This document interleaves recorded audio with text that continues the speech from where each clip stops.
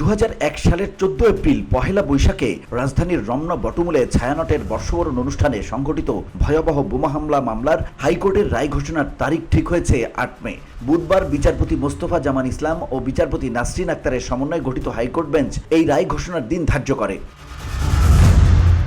এর আগে 18 ফেব্রুয়ারি death reference ও আসামিদের আপিল শুনানি শেষে রায় অপেক্ষমান রাখে আদালত। মামলায় রাষ্ট্রপক্ষে শুনানি করেন deputy attorney general Sultana Akter Ruby এবং আসামি পক্ষে জ্যেষ্ঠ আইনজীবী এস.এম. শাহজাহান, সরওয়ার আহমেদ ও শিশির মনির।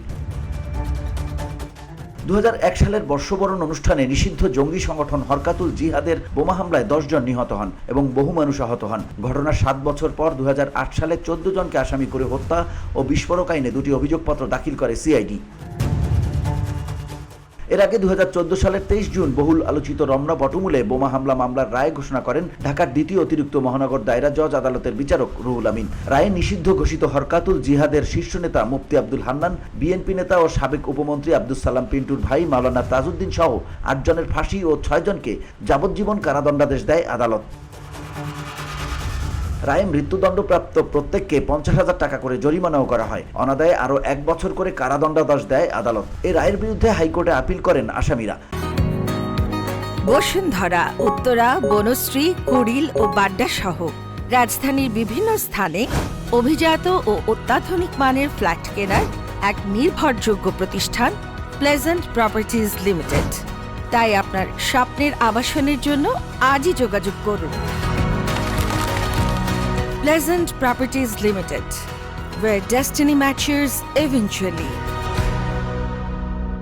মুফতি হান্নান ছাড়াও মৃত্যুদণ্ডপ্রাপ্ত অন্যরা হলেন মাওলানা তাজউদ্দিন, মাওলানা আকবর হোসেন, মুফতি আব্দুল হাই, হাফেজ জাহাঙ্গীর আলম বদর, মাওলানা আবু বকর ওরফে হাফেজ সেলিম হাওলাদার, মুফতি শফিকুর রহমান ও মাওলানা আরিফ হাসান সুমন। এর মধ্যে মুফতি আব্দুল হান্নানের আলাদা একটি মামলায় মৃত্যুদণ্ড কার্যকর করা হয়। যাবজ্জীবন কারাদণ্ডপ্রাপ্তরা হলেন হাফিজ মাওলানা আবু তাহের, মাওলানা সাব্বির ওরফে আব্দুল হান্নান সাব্বির, হাফিজ মাওলানা ইয়াহিয়া, মাওলানা শওকত ওসমান ওরফে শেখ ফরিদ, মাওলানা আব্দুর রউফ ও শাহাদাতুল্লাহ ওরফে জুয়েল।